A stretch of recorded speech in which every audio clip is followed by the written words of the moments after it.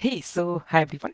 Welcome back to this channel. So in today's video, I'm gonna discuss the problem of starters 141. And in this video, I'm gonna discuss the two problem of this contest, that is amphibian escape and second one is perfect prefixes. So this two problem was very nice and second problem was very awesome and it was the problem of DP because I solved this problem using DP. तो मैं actually मैं तुम्हें ये DP approach बताऊंगा मैंने इस problem को DP से कैसे सोचा and not only I am going to give you the solution but I would also like to tell you about the approach कि तुम इस टाइप का प्रॉब्लम को कैसे अप्रोच करोगे आगे के टाइम में so anyhow let's move to the problem amphibian escape first so this was like easy problem so before moving to its solution I would like to just explain its problem statement first कि ये problem में क्या बोल रखा है so just give me 1 minute to explain this problem briefly तो इस problem में सिंपली तुम्हें बोल रहा है कि मैं तुम्हें तीन इंटीजर दूंगा डेट इज एन के एंड एच ये तुम्हें बताएगा टाइम के बारे में टाइम और एच तुम्हें बताएगा हाइट ऑफ अ वॉल अब फाइनली तुम्हें number of pair of A comma B बताना है सच दैट कि ए का रेंज जो है वो 1 से n के बीच में होना चाहिए सिमिलरली बी का रेंज जो है 1 से n के बीच में होना चाहिए और बोल ये रखा है कि एक फ्रॉग है उसे जो है ये एच हाइट का वॉल को क्रॉस करना है ठीक है अब क्योंकि उस फ्रॉग का इनिशियल पोजीशन है 0 और उस फ्रॉग को जंप करना है इस एच वॉल का हाइट को ठीक है बट कंडीशन ये दे रखा है कि वो अगर पहला जंप करता है तो वो ए मीटर जंप करेगा या ए यूनिट जो भी तुम्हें समझना है समझो ए यूनिट जंप करेगा but after jumping a unit साथ ही साथ क्या होगा कि वो बी यूनिट पीछे आ जाएगा तो उसका नेट जंप अगर 1 सेकेंड के बाद देखा जाए तो वो होगा ए माइनस बी तो 2 सेकेंड के बाद देखा जाए तो कितना होगा 2 इंटू ए माइनस बी तो मान लो टी सेकंड बाद उसका जंप कितना होगा तो T into A minus B तो वही बोल रखा है कि तुमको नंबर ऑफ डिस्टिंक्ट पेयर बताना है A comma B which satisfy this constant कि वो 1 से बड़ा एन से छोटा होना चाहिए दोनों ए एंड बी और साथ ही साथ क्या होना चाहिए कि ये जो फ्रॉग है with in this time gap जो तुम्हारा के है इस टाइम के अंदर वो जंप कर पाए ठीक है तो तुम्हें बताना है number of pair of A comma B जैसे कि अगर तुम यहाँ पे सेकंड टेस्ट केस देखते हो डेट इज 544 ठीक है तो इस 544 में तुम्हारा आंसर है 13 हाउ कि तुम एक बार ए को 2 मानोगे और बी को 1 मानोगे तो तुम 4 सेकंड बाद अपने आप को कहां देखोगे बिकॉज तुम्हें टाइम लिमिट दिया है कि तुम 4 ही सेकंड तक ये ऑपरेशन कर सकते हो तो तुम्हारा नेट जंप कितना हो रहा है 2 - 1 डेट इज 1 तो तुम 1 सेकंड बाद अपने आप को कहां देखोगे तो ऑब्वियस सी बात है तुमको क्योंकि यहाँ पे जंप करना है 4 लेंथ का वाल को तो 1 सेकंड बाद तो हम एक ही जंप करेंगे अब 2 सेकंड बाद तुम कहाँ रहोगे तो ऑब्वियस बात है 2 सेकंड बाद हम 2 यूनिट पे रहेंगे अब 3 सेकंड बाद कहाँ रहोगे तो ऑब्वियस बात है जब हम 3 सेकंड पे जंप करेंगे तो 2 + 2 हम 4 पे पहुंच चुके होंगे और वहां से एक गिरेंगे ऑब्वियस सी बात है कि यहाँ पे बोल रखा है कि तुम पहले ए जंप करोगे और फिर बी स्लिप कर जाओगे बट क्योंकि हम जैसे ही ए जंप किए और वॉल को क्रॉस कर दिए तो तुम्हारा गोल रीच हो गया तो हम 3 सेकंड में अपना डेस्टिनेशन पे पहुंच गए तो इसलिए 2,1 is your one pair similarly तुम्हारा 3,1 3,2 4,1 4,2 एंड सो ऑन 5,1 से 5,5 ये सारा आंसर है तो तुम्हें आउटपुट करना है 13 सो नाउ लेट्स डिस्कस कि तुम इस टाइप का प्रॉब्लम को कैसे सोचोगे so let's move to its solution hey so now I am moving to its solution तो तुम्हारा जो सेकंड टेस्ट केस दिया था उसमें तुम्हारा एन था 5 की का वैल्यू था 4 एंड फाइनल हाइट भी था तुम्हारा 4 तो मैं तुमसे एक बात पूछना चाहता हूँ एक बात बस बताना मुझे कि अगर मान लो कि फ्रॉग इनिशियली 0 पोजीशन पे है ठीक है और हाइट जो है तुम्हारा वो कुछ मान लेते हैं तुम्हारा है 5 यूनिट ठीक है हाइट है तुम्हारा 5 यूनिट अब कंडीशन क्या दे रखा है कि फ्रॉग इनिशियली ए जंप करता है ठीक है तो ए को मानते हैं हम 5 और वो साथ ही साथ बी यूनिट स्लिप कर जाता है तो बी को मानते हैं अभी 2 तो उसका net jump after a second होगा तुम्हारा 5 - 2 डेट इज 3 तो इस केस में अगर फ्रॉग अभी 0 यूनिट पे है और उसे 5 जंप करना है जो कि तुम्हारा हाइट है ये तुम्हारा हाइट है तो इसको कितना सेकंड लगेगा जंप करने में तो तुम बोलेगा कि मैं हमेशा ट्राई करूंगा कि वो जो एक लास्ट जंप करता है जो कि डायरेक्ट ए जंप करता है उसका हमेशा हम यूज करें मतलब हम ये बोल रहे हैं कि यहाँ पे फ्रॉग अगर फर्स्ट सेकंड में जंप करता है तो वो डायरेक्ट 5 यूनिट जंप कर जाएगा तो वो अब स्लिप कर ही नहीं सकता है इसलिए नहीं कर सकता है क्योंकि वो अपने डेस्टिनेशन पे पहुंच चुका है दैट इज वो 5 यूनिट पे पहुंच चुका है अब वहां पे पहुंच चुका है तो वहां तो स्लिप करेगा नहीं तो मतलब इस चीज का हम हमेशा यूटिलाइज करेंगे दैट इज अगर के तुम्हारा 4 दिया हुआ है तो हम 3 यूनिट तक एज यूजुअली जंप करेंगे मतलब हम फर्स्ट सेकंड में ए जंप करेंगे और बी स्लिप हो जाएंगे तो तुम्हारा नेट जंप कितना होगा ए माइनस बी अब तुम्हारा जो नेक्स्ट सेकंड आएगा दैट इज 2 उसमें क्या होगा उसमें भी सेम चीज होगा कि वो ए जंप मारेगा और वो बी नीचे चला जाएगा तो तुम्हारा नेट जंप आप कितना होगा तो 2 इंटू ए माइनस बी अब जो तुम्हारा थर्ड सेकंड होगा तो उसमें भी सेम चीज होगा कि ए जंप ऊपर जाएगा और बी नीचे आ जाएगा तो नेट ओवरऑल तुम्हारा जंप कितना होगा तो नेट ओवरऑल तुम कितना जंप कर चुके होगे that is 3 into A minus B but जैसे ही तुम्हारा लास्ट सेकंड आता है क्योंकि तुम्हारे पास टोटल टाइम है 4 तो तुम्हारा जैसे ही लास्ट सेकंड आएगा तो तुम थोड़ी ना चाहोगे कि वहां से जाके मींस ए जंप मार के हम नीचे आए क्यों आएंगे भाई नीचे? हमको 4 सेकंड मिला है तो हम वो 4 को ओवरऑल यूटिलाइज अच्छी तरीके से करना चाहेंगे। तो तुम क्या करोगे लास्ट सेकंड में? डायरेक्ट ए जंप मारोगे और अब नीचे नहीं आओगे। तो अब तुम्हारा नेट हाइट जो होगा वो कितना होगा? तो that is 3 into A minus B plus A. ये तुम्हारा नेट हाइट होगा। और इस चीज को हमको बस देखना है कि क्या ये चीज मेरा greater than equal to H है कि नहीं है। इस बात को गौर से समझो। मतलब हम बोल रहे हैं कि तुम्हारा जितना भी टाइम दिया होगा के, तो के माइनस 1 टाइम हम जंप करेंगे ए माइनस बी यूनिट तक, और जैसे ही मेरा लास्ट सेकंड बचेगा वो लास्ट सेकंड हम डायरेक्ट जंप कर जाएंगे। तो तुम्हारा ओवरऑल जंप कितना होगा? That is 3 into A minus B plus A. और ये चीज अगर तुम्हारा जो एच है, फाइनल एच है वाल का हाइट, उससे बड़ा या बराबर है, तब तुम्हारा ये ए बी एग्जिस्ट करता है। और अगर नहीं है तो तुम्हारा ए बी एग्जिस्ट नहीं करता है। हाँ भैया, यहाँ तक भी समझ में आ रहा है कि हम हमेशा टाइम में 1 सेकंड घटा के जितना कैलकुलेशन करना होगा करेंगे, और वो जो लास्ट का 1 सेकंड होगा उसमें हम ए ऐड कर देंगे, a unit of height add करेंगे, ताकि मेरा ओवरऑल हाइट जो है मैक्सिमाइज हो जाए। ठीक है भैया, तो फाइनल आंसर कैसे निकलेगा? तो यार फाइनल आंसर अब कैसे निकलेगा? अब तो तुम्हारा फॉर्मूला इजिली आ गया तुम्हारे पास। तुम्हारा फॉर्मूला ये आया, हर एक लिए तुम बी निकालो। भैया हर एक लिए बी, ये कैसे निकालेंगे? ये ऐसे निकालेंगे क्योंकि तुम्हें पता है कि ए का रेंज जो है हमेशा तुम्हारा 1 से बड़ा या बराबर होना चाहिए और एन से छोटा या बराबर होना चाहिए। और एन का रेंज तुमको कितना दिया है? आई गेस 10.5 है। तो तुम क्या इटरेट नहीं कर सकते हो 10.5 तक और निकाल नहीं सकते हो बी? भैया निकाल तो सकते हैं। तो कैसे निकालेंगे? तो चलो हम फॉर्मूला बताते हैं। ये जो हम तुमको ड्राई रन करके समझाए हैं ये टेस्ट केस के लिए, तो इससे तुम्हारा क्या फॉर्मूला जनरेट हो रहा है? तुम ये 3 कैसे लिखे थे? तो जो तुम्हारा के दिया था उससे 1 माइनस किए थे, तो के माइनस 1 किए थे, और उसको तुम किससे मल्टीप्लाई किए थे एक्चुअली में? ए माइनस बी से। तो हम ए माइनस बी से मल्टीप्लाई करेंगे। और लास्ट सेकंड के लिए हम क्या बचाए थे? एक ए बचाए थे जंप करने के लिए। और ये चीज हमको देखना है कि क्या ये चीज मेरा greater than equal to H है या नहीं। अब ये फॉर्मूला को तुम एक्सपेंड करो, इस फॉर्मूला को तुम एक्सपेंड करो। तो हम इस फॉर्मूला को एक्सपेंड किए तो मेरा वैल्यू कुछ ऐसा आ रहा है, that is A minus B K plus B plus A, that is greater than equal to H होना चाहिए। अब क्योंकि ये ए और ये चला जाएगा, तो तुम्हारा फाइनल बी जो आएगा उसका वैल्यू आएगा कि B less than equal to A K minus H divide by K minus 1। तो इसका मतलब कि तुम्हें ए पता है कि वो 1 से n होना चाहिए, और n का वैल्यू मेरा 10.5 है। तो हम हर ए के लिए मैक्सिमम बी निकाल लेंगे कि वो मैक्सिमम टू मैक्सिमम बी कहाँ तक जा रहा है ये चीज। क्योंकि यहाँ पे हमको ये चीज तो पता चल गया ना कि B should be less than equal to A K minus H divide by K minus 1। तो अगर बी यहाँ पे 5 आता है तो मतलब मेरा बी 1 के लिए सेटिस्फाई करेगा, 2 के लिए भी सेटिस्फाई करेगा, 3 के लिए भी सेटिस्फाई करेगा, 4 के लिए भी सेटिस्फाई करेगा, और 5 के लिए भी सेटिस्फाई करेगा। तो मतलब हम हर एक के लिए अपना बी निकालेंगे और जितना भी बी आएगा उसको हम अपना फाइनल आंसर में ऐड करेंगे, that is answer plus equal to B add करेंगे। तो इसका एक बार मैं कोड दिखाता हूँ। तो यार काफी इजी है, मैं भी सेम चीज किया हूँ कि B should be less than equal to A K minus H divide by K minus 1। बस तुमको एक बेस केस यहाँ पे ध्यान रखना पड़ेगा कि तुम्हारा ए के माइनस एच जो है ये भी हो सकता है कि नेगेटिव वैल्यू आ जाए। तो इस नेगेटिव वैल्यू को तुम बेस केस में चेक कर लेना कि ए के माइनस एच अगर नेगेटिव आ रहा है तो उस टाइम हम इसको नहीं लेंगे, मतलब जीरो लेंगे। ठीक है? क्योंकि यार तुमको पता है कि एच काफी ज्यादा बड़ा भी दे सकता है, और तुम जो ए लिए होगे वो छोटा लिए होगे, और टाइम भी तुम्हारा छोटा होगा, तो वो तो नेगेटिव आएगा ही आएगा। वो चीज तुम बेस केस में चेक कर लेना। तो मैं तुम्हें एक बार इसका कोड दिखाता हूँ, काफी इजी है, समझ में आ जाएगा। So let me show you my code. तो ये रहा मेरा code, where is its code. तो ये मैं 3 वेरिएबल लिया हूँ, that is N, time and height, और मैं इनपुट लिया हूँ N, time and height. Initial answer में 0 रखा हूँ जो मुझे फाइनल आउटपुट करना है। अब मैं हर एक पॉसिबिलिटी ऑफ ए के लिए चेक कर रहा हूँ, that is I have iterated from I equal to 1 to I less than equal to N. और मैं चेक किया हूँ कि अगर I greater than equal to height है, क्योंकि यहाँ पे तुम्हारा जो ए का वैल्यू है वही तुम्हारा आई बन रहा है, तो हम हर एक आई के लिए चेक कर रहे हैं। मतलब हम ए को हर बार डिफरेंट डिफरेंट आई बना के देख रहे हैं कि बी का क्या क्या पॉसिबिलिटी आंसर है। तो वही चीज चेक कर रहा हूँ कि अगर तुम्हारा I greater than equal to H है, मतलब तुम एक ही जंप में क्रॉस कर जाओगे। मतलब ए तुम्हारा greater than equal to H है तो तुम एक ही सेकंड में जंप कर जाओगे गिवन हाइट को। तो तुम्हारा बी का रेंज क्या क्या होगा? तो बी तुम्हारा 1 से लेकर एन तक होगा, सारा बी तुम क्रॉस कर सकते हो। तो इसलिए हम N plus equal to N किए। और अगर वैसा नहीं है तो सिंपली वो फॉर्मूला ऐड कर दो, that is I, that is A into time minus height divide by time minus 1, जो कि वहां फॉर्मूला लिखे थे हम, ए इंटू के minus height divide by K minus 1। तो वही चीज मैं यहाँ किया हूँ और फाइनली मैं आउटपुट कर रहा हूँ answer. So this was my simple code, और मैं इस कोड को डिस्क्रिप्शन में भी डाल दूंगा so that you can access it easily. और तुम्हें अभी भी कुछ भी डाउट है so you can ask in comment section, I will surely reply to you. So I hope तुम्हें समझ में आया होगा। So if you find this video helpful, then please like it, subscribe it, also share to your friends who have any doubt in this problem so that I will get a lot of motivation to make such a video. So now let's move to the next problem, that is perfect prefixes. तो यार ये काफ़ी अच्छी problem है, and literally ये DP का मुझे काफ़ी अच्छा प्रॉब्लम भी लगा, क्योंकि इसमें तुम्हें पहले से प्री कंप्यूट करके तब डीपी फंक्शन को कॉल करना है। तो ये सिंपल उस लॉजिक को यूज किया है। एंड बाय द वे मैं इसका सोल्यूशन भी देख रहा था, बाकी का सोल्यूशन की बाकी लोग किसे किए। So they have used Kadane's algorithm. So I don't know how they have used Kadane's algorithm, even I will see their solution कि ये कैडेंस एल्गोरिथम से कैसे होगा। But anyhow I have used DP, that is normal DP.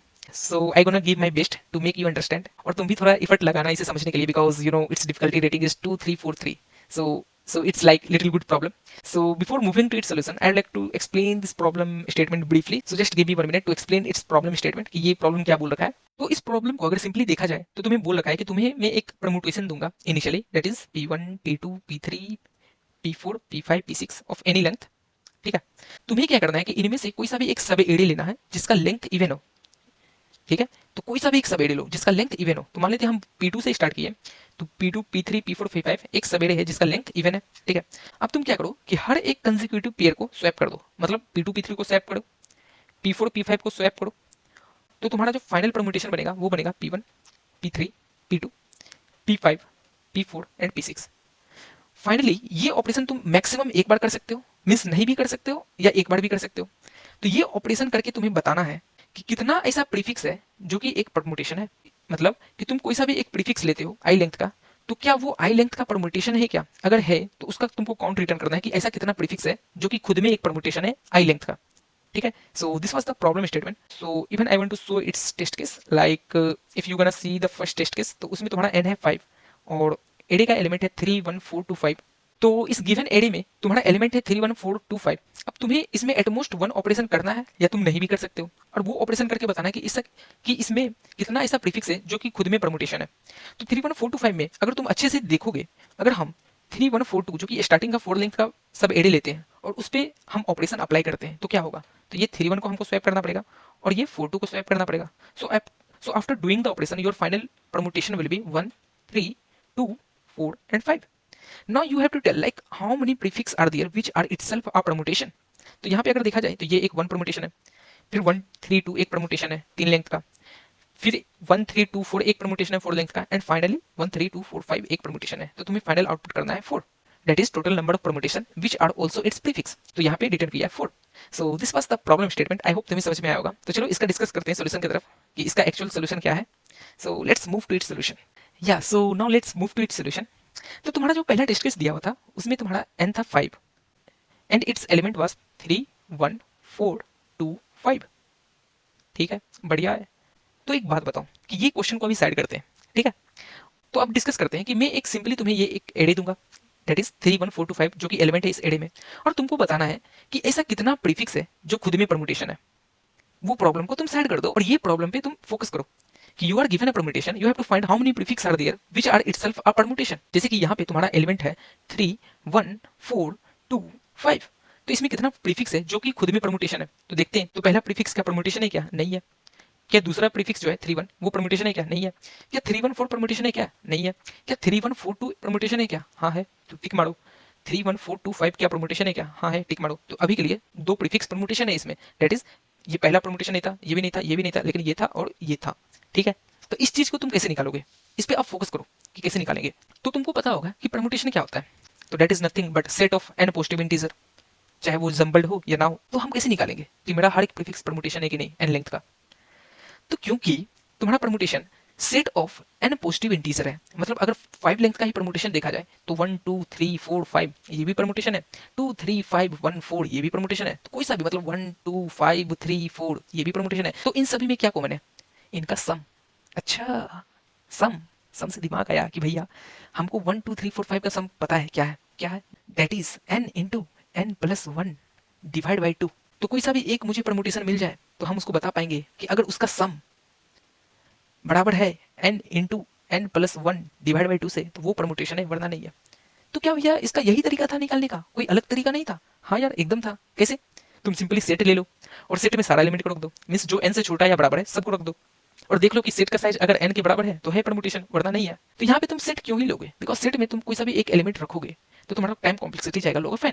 तो क्यों उसको waste करना, ये टाइम कॉम्प्लेक्सिटी को क्यों वेस्ट करना अगर तुम्हारा सारा काम बिग ऑफ 1 में हो रहा है. ठीक है भैया, अब हमेशा कभी भी परमुटेशन का क्वेश्चन आया और उसमें पूछा कि ये प्रीफिक्स परमुटेशन है या नहीं है, तो हम हमेशा ध्यान रखेंगे सम.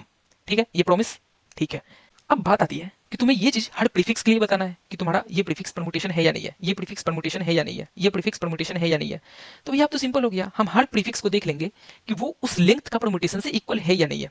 तो चलो एक बार देखते हैं क्या ही जाता है देखने में, क्योंकि उसका डाटा मुझे काम आएगा. तो चलो देखते हैं. तो हम पहला लेंथ का देख रहे हैं कि स्टार्टिंग प्रीफिक्स जो कि 1 लेंथ का है वो परमुटेशन है क्या. तो 1 लेंथ का प्रीफिक्स का सम क्या होगा? 1 ही होगा. बट मेरा प्रीफिक्स जो कि 1 लेंथ का है वो है 3. क्या 3 1 के बराबर है? नहीं है, तो ये परमुटेशन नहीं है. सिमिलरली अगर हम 3 और 1 में आते हैं तो 3 + 1 तुम्हारा 4 होता है, बट 2 लेंथ का परमुटेशन का सम क्या होना चाहिए, that is 1 + 2 3, but 4 is not 3, तो ये भी परमुटेशन नहीं है। अब 3 लेंथ का देखते हैं, तो 3 + 1 + 4 तुम्हारा क्या आता है 8, और 3 लेंथ का परमुटेशन का सम कितना आना चाहिए 6 आना चाहिए, सो 8 इज नॉट इक्वल टू 6, तो ये भी परमुटेशन नहीं है। अब आते हैं तुम्हारा 4 लेंथ का परमुटेशन में, तो तुम्हारा 4 लेंथ का परमुटेशन का सम कितना होना चाहिए, तो that is n into n + 1 divide by 2 10, और तुम्हारा 3 + 1 + 4 + 2 10 दे रहा है, तो हाँ ये तो परमुटेशन है। नाउ सिंपली तुम अगर लास्ट का देखोगे तो वो भी परमुटेशन होगा।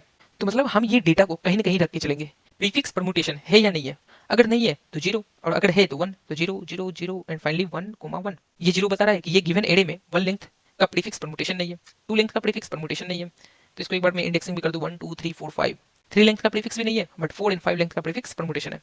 तो तुम परमुटेशन निकालना तो सीख गए, बट बात आती है इस प्रॉब्लम को कैसे करें। तो मुझे एक इवन लेंथ सब एरे में जो गिवन ऑपरेशन दिया हुआ है कि तुम हर एक 2 कंसेक्यूटिव एलिमेंट को स्वैप करके बताना है कि मैक्सिमम कितना प्रीफिक्स परमुटेशन बना रहा है। क्वेश्चन तो ये है, तो उस पर डिस्कस करते हैं। तो मान लेते हैं तुम्हारे पास जो इनिशियल एरे है उसमें वैल्यू है तुम्हारा P1 P2 P3 P4 P5 P6 P7 P8, ठीक है। अब तुमको बताना है कि मैक्सिमम जो गिवन ऑपरेशन है एटमोस्ट 1 टाइम करके ऐसा कितना प्रीफिक्स बन रहा है, मैक्सिमम प्रीफिक्स जो कि परमुटेशन है। तो हम स्टेट डिफाइन करते हैं कि तुम्हारा स्टेट क्या बनेगा, क्योंकि तुम अगर एक्चुअली में देखा जाए तो तुमको एक्चुअली में ऑपरेशन क्या बोल रहा है करने को, कि तुम कोई सा भी एक सब एरे चूज करो, एक सब एरे, इस बात को ध्यान में रखना, एक सब एरे चूज करो और उसमें ऑपरेशन लगाओ। क्या ऑपरेशन लगाओ, हर एक पेयर ऑफ कंसेक्यूटिव एलिमेंट को तुम स्वैप करो, और फाइनली वो चीज करके तुमको बताना मैक्सिमम प्रीफिक्स परमुटेशन कितना बन रहा है। बट एक्चुअली में मुझे ये चीज तो पता नहीं है ना कि हम कौन सा सब एरे को चूज करें, क्या ये सब एरे को चूज करें, क्या ये इसको चूज करें, क्या इसको चूज करें, और मैं ब्रूट फोर्स कर नहीं सकता हूँ कि हर एक सब एरे को चूज करके उसे कंसेक्यूटिव एलिमेंट को स्वैप किए फिर हम बता रहे हैं, तो वो तो टीएल ही दे देगा, एन स्क्वायर देगा। तो इस चीज से तो मुझे बचना है, तो इस चीज से बचने के लिए हम लगाएंगे DP, dynamic programming. Now the question arises how how you gonna apply dynamic programming. तो चलो बताते हैं कैसे लगाओगे। सो let me index this permutation. तो क्योंकि मैं वन बेस्ड इंडेक्सिंग किया हूँ तो लेट मी इंडेक्स इट 1 2 3 4 5 6 7 8। तो अब हम इस पे डीपी लगा रहे हैं, ठीक है। तो डीपी में स्टेट क्या बनाएंगे, इस पे आप फोकस करो कि स्टेट तुम्हारा क्या बनेगा। तब हम डिफाइन करेंगे ट्रांजिशन, कि ट्रांजिशन कैसे कैसे बन रहा है। तो तुमको एक्चुअली में क्या पता करना है कि तुमको वो गिवन ऑपरेशन अप्लाई करके मैक्सिमम ऐसा कितना प्रीफिक्स है जो कि खुद में परमुटेशन है। मतलब हम जो तुम्हारा रिकर्सिव फंक्शन में भेजेंगे वो बोलेंगे कि ये जो गिवन एरे है जो कि इंडेक्स 1 से स्टार्ट होता है, और साथ ही साथ हम एक फ्लैग भेजेंगे, यहाँ पे फ्लैग भेजेंगे, और इनिशियली हम क्या भेजे हैं, इंडेक्स भेजे हैं। तो हम फंक्शन में तुम्हारा ये इंडेक्स भेजे हैं और ये फ्लैग भेजे हैं। तो पहले हम डिफाइन करते हैं कि ये फ्लैग एक्चुअली में बता क्या रहा है, इस पे हम पहले फोकस करते हैं। तो ये फ्लैग एक्चुअली में बता रहा है कि फ्लैग का वैल्यू अगर 0 होगा, इफ फ्लैग इज 0, तो सिंपली तुम मुझे आंसर दो। मतलब अगर हम इंडेक्स 1 पे है और फ्लैग 0 भेजे हैं तो सिंपली मुझे तुम आंसर दो कि ये जो पूरा परमुटेशन है उसका फाइनल आंसर क्या होगा, मैक्सिमम आंसर क्या होगा। तो वो तो आप रिकर्सिव फंक्शन डिफाइन करेगा कि उसे कौन सा, कि उसे ऑपरेशन कहाँ लगाना है, कौन सा सबेड़े पे, या तो ये सबेड़े पे या तो ये सबेड़े पे, वो अब रिकर्सिव फंक्शन डिफाइन करेगा। कब डिफाइन करेगा, अगर फ्लैग इज इक्वल टू 0 भेजेंगे। अगर फ्लैग तुम्हारा 1 है इसका मतलब क्या है, इफ फ्लैग इज 1 तो इसका मतलब क्या है, फ्लैग अगर 1 है तो इसका मतलब ये है कि हम कोई सा भी इंडेक्स पे है, मान लो अभी इंडेक्स 5 पे है, तो अगर फ्लैग 1 होगा तो ये बोलेगा कि तुम्हारे जस्ट पीछे ऑपरेशन हो चुका है। मतलब तुम्हारे जस्ट पीछे ऑपरेशन हो चुका है मींस 3 4 पे ऑपरेशन हो चुका है, या तो P1 P2 P3 P4 पे ऑपरेशन हो चुका है, क्योंकि जब भी ऑपरेशन होगा तो वो हमेशा 2 पेयर को लेकर होगा।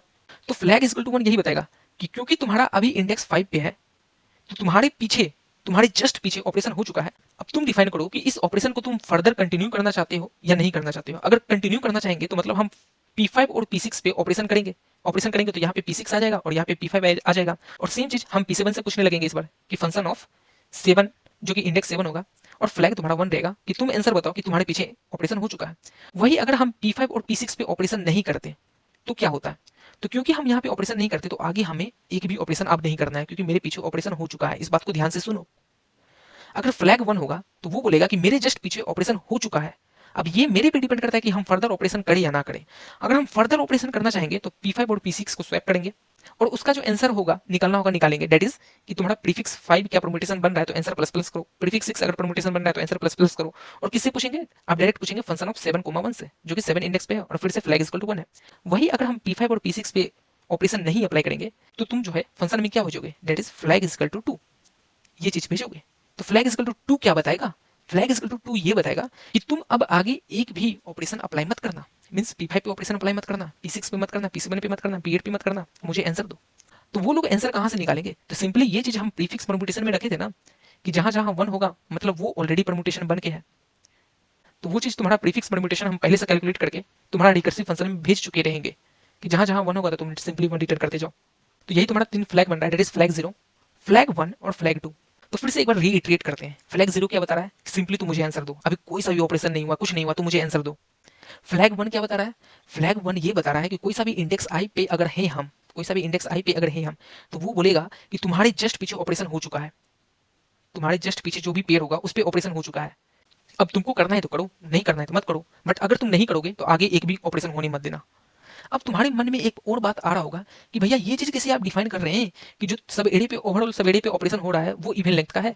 तो यार हम हमेशा पेयर ले रहे हैं, मींस अगर फ्लैग 1 है तो पेयर ले रहे हैं ना, दैट इज P3 P4 पे ऑपरेशन करेंगे तो हम डायरेक्ट P5 से पूछेंगे, वही P5 P6 पे ऑपरेशन करेंगे तो डायरेक्ट हम P7 से पूछेंगे। तो मतलब हर एक हम पेयर पे कर रहे हैं ऑपरेशन, मतलब तुम अगर ओवरऑल सबएडे का साइज देखोगे तो वो तो इवन ही होगा। और जैसे ही हम इस ऑपरेशन को रोकना चाहेंगे तो हम फ्लैग को 2 बना देंगे, क्योंकि फ्लैग 2 बताएगा कि आगे चल के अब एक भी ऑपरेशन मत करना। तो तुम्हें समझ में आ गया फ्लैग 0 क्या बता रहा है, फ्लैग 1 क्या बता रहा है, फ्लैग 2 क्या बता रहा है? यहाँ तो कोई दिक्कत नहीं।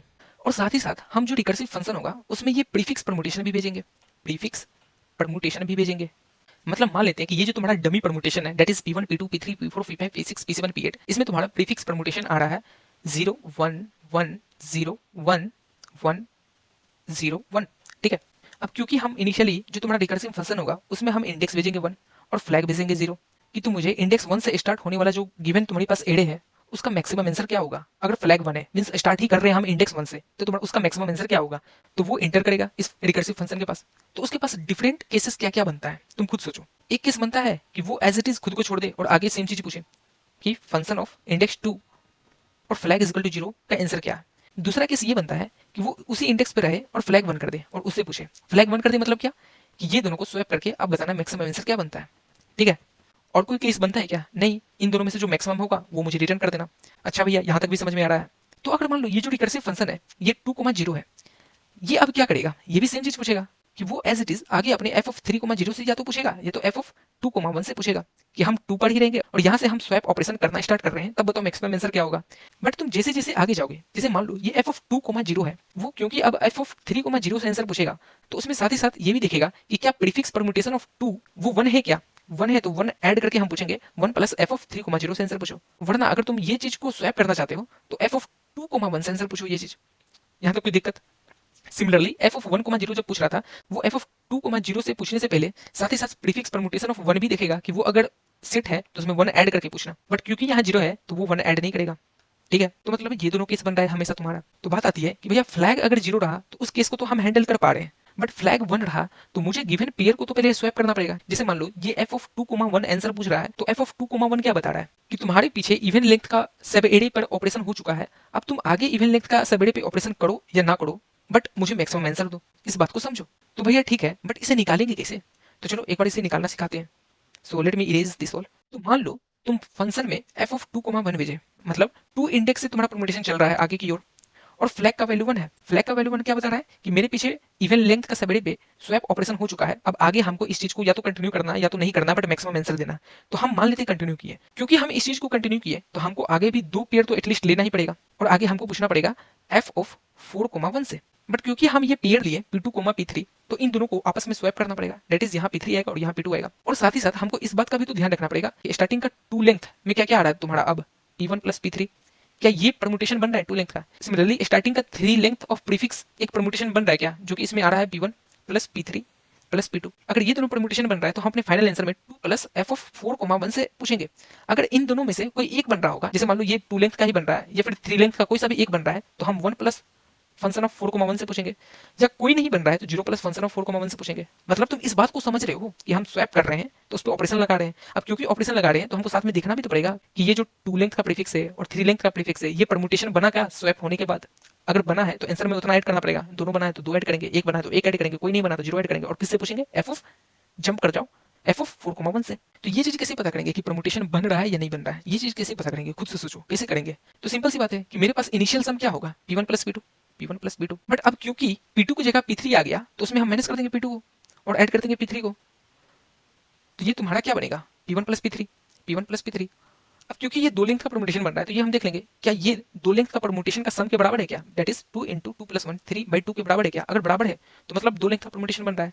सिमिलरली तीन लेंथ का भी देखने के लिए यही चीज चेक कर देंगे, अगर दोनों है तो दो ऐड करो, एक है तो एक ऐड करो, वरना कोई नहीं है तो जीरो ऐड करो और इससे पूछ दो एफ ऑफ 4,1 से। अगर मान लो इस चीज को तुम्हें रोकना है, जैसे मान लो एफ ऑफ 4,1 ये चाहता है कि अब हम ऑपरेशन ना करें, मींस यहाँ पे जो तुम्हारा P4 था यहाँ से हम ऑपरेशन ना करें, बस यही दो लेंथ पे ऑपरेशन करे जो कि इवन लेंथ भी है और यहाँ से रोक दे। तो सिंपल सी बात है, क्योंकि तुम ये एफ ऑफ 4,1 से रोकना चाहते हो तो सिंपली तुम एफ ऑफ 4,2 से आंसर पूछ दो, क्योंकि 2 सिंपली बोल रहा है कि हम ऑपरेशन रोक दिए। अब क्योंकि ऑपरेशन रोक दिए है तो तुम्हारा प्रीफिक्स परमुटेशन में पहले से आंसर होगा कि गिवन लेंथ का परमुटेशन तुम हो या नहीं हो, तो वो अपना आंसर देते जाएगा। जैसे मान लो एफ ऑफ 4,2 से पूछने जाओगे तो प्रीफिक्स परमुटेशन ऑफ 4 में 0 है तो वो तो परमुटेशन है नहीं 4 लेंथ का, तो वो तो 0 ऐड करेगा और साथ ही साथ पूछेगा अब वो एफ ऑफ 5,2 से। अब हमेशा तुमको लगातार 2 लेना पड़ेगा, इसलिए 2 क्योंकि तुम्हारा इवन लेंथ का सेवेरे में परमुटेशन ऑलरेडी हो चुका है और आगे हम एक सा भी अब वो ऑपरेशन नहीं लगाएंगे तो 5,2 से पूछेंगे।